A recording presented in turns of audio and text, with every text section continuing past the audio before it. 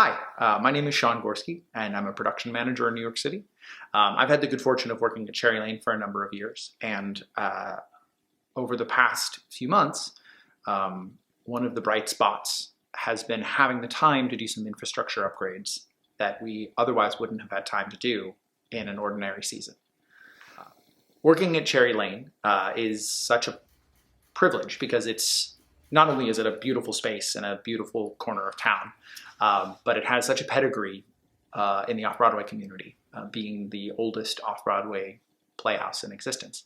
And starting from when it was a brewery, and then a box factory, and then a playhouse in 1923 with the support of Edna St. Vincent Millay and a number of other people in the Little Theater movement, and carrying all the way through Angelina's tenure here starting in '95. And so we were able to make some really lovely infrastructure adjustments to support the studio theater and the function of the main stage theater that will set us up for success when we come back after this extended break.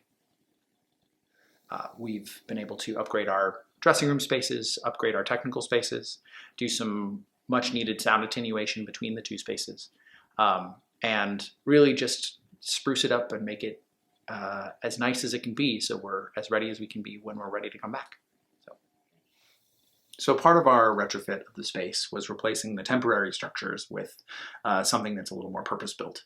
So in our retrofit, we were able to add some additional seating space and additional dressing space for our studio theater, which includes some extra seating and some extra wardrobe workspace.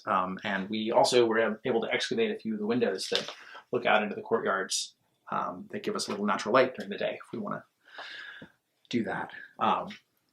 Yeah, so that's been a lovely part of this process to create these purpose-built spaces for the studio theater. So in our retrofit, we were able to add some new space for our technical booth. We were able to bring some additional power in to support additional sound and also isolating the sound power from the lighting power. We were also able to enclose our heating elements so that we don't cook our stage manager. Maybe don't use that bit, but you know, whatever. We were also able to create some additional purpose-built storage underneath it for lighting cable and tool storage in the space, and created a space that is possible for 2 operators to utilize if necessary.